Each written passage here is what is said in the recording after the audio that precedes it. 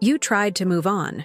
You told yourself the worst was over, but somehow it wasn't. The world changed, and so did you. Yet life kept testing the same wound. If 2018-2020 was your collapse, then 2020-2022 was your reconstruction. But not the easy kind, the kind that forces you to question every should, every must, every sacrifice that drained your soul. This is the story of Capricorn's silent rebellion, when the heart finally whispered, "No more." Part 1. The Illusion of Control, 2020.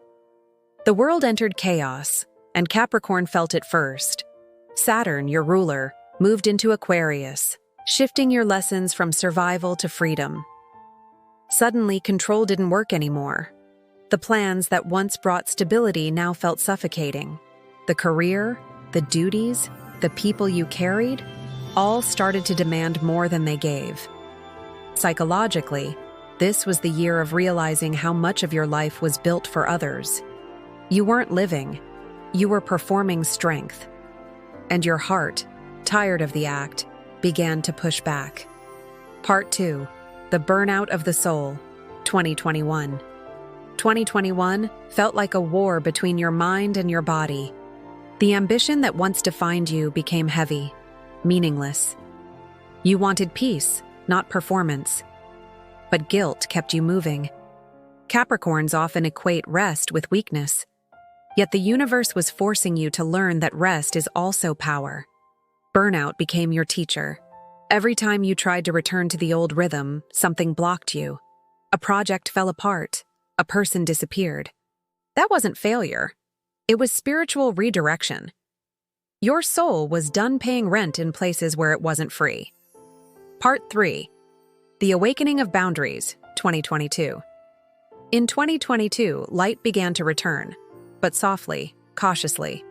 Jupiter and Neptune met in Pisces, activating your spiritual house.